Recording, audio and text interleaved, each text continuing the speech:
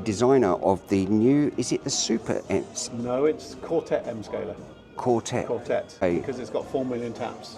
Wow. So yeah, it's Quartet. Okay. So if you could give us a little bit more information about how the sure. design and what's implemented with This Dave. has been one hell of a project with me.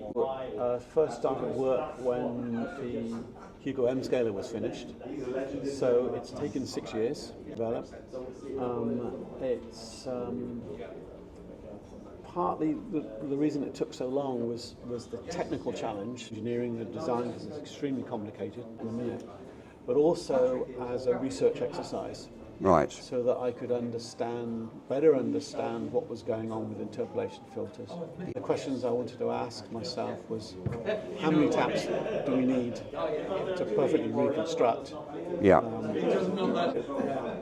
signal that was on the microphone before it was sampled? Yes. How do we get back to the original waveform sampled?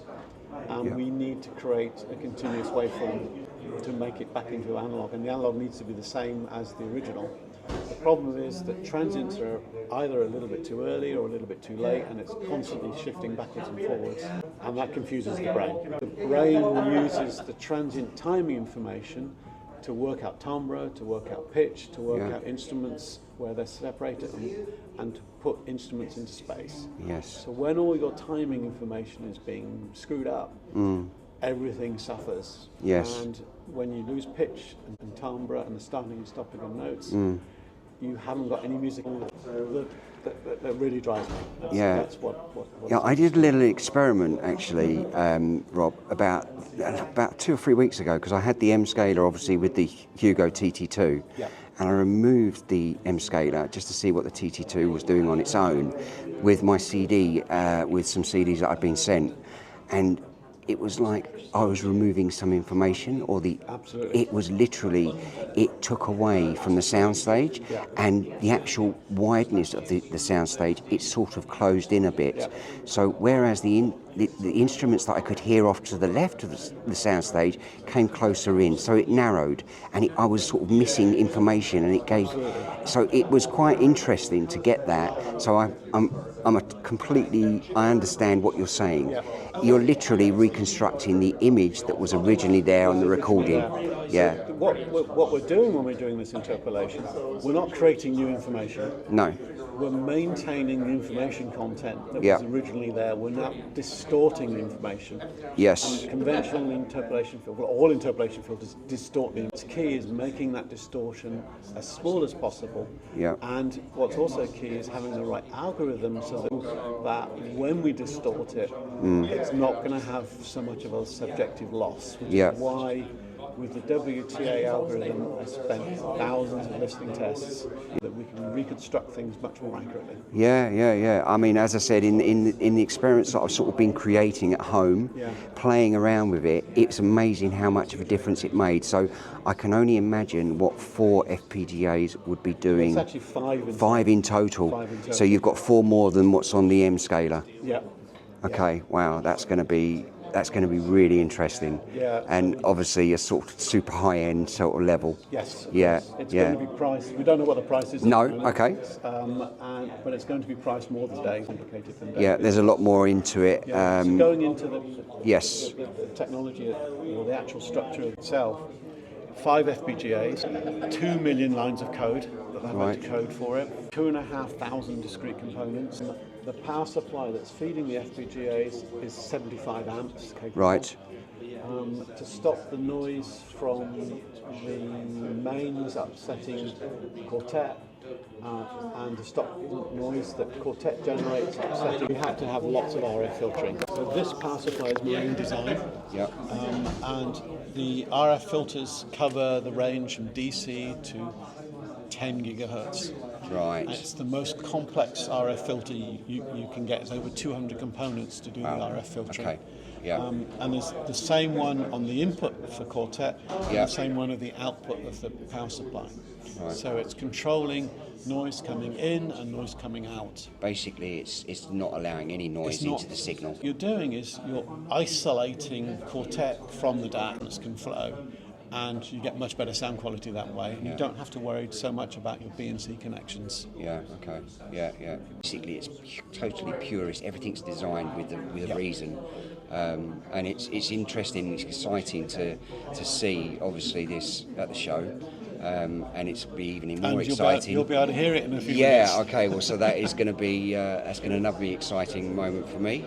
But yeah, I appreciate the explanation of what it is and how it's sort of come about. But I totally get it, and I can understand why you've done it, which is interesting for everyone and anyone who understands this sort of technology. Yeah. Recreating that sound and image that the artist originally recorded is what it's all about. Absolutely. Yeah. And we've had a few recording engineers listen to it, and they've been really blown away from it. Yeah. Okay. Well, one recording engineer, a track that he mixed some time ago, some faulty edits that he'd never heard before. Wow. And he was just gobsmacked.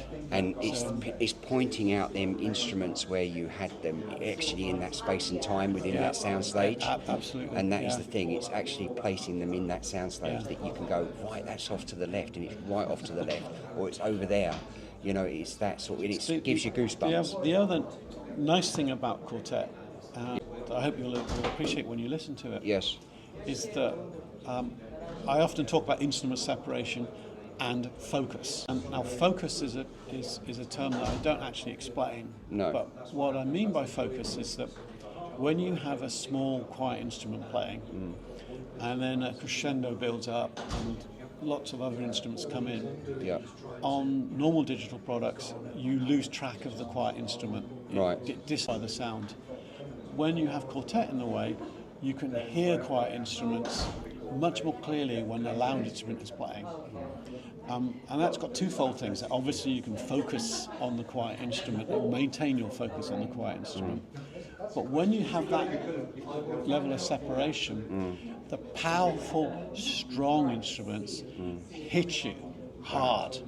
And when you listen to a trumpet close up live, it should hit you like an axe. As it should. As it should do. Yes. And that sense of instrument power is something that reproduced audio is very poor at doing, as well as having something really subtle and quiet playing in the background, and you still being able to keep track of it.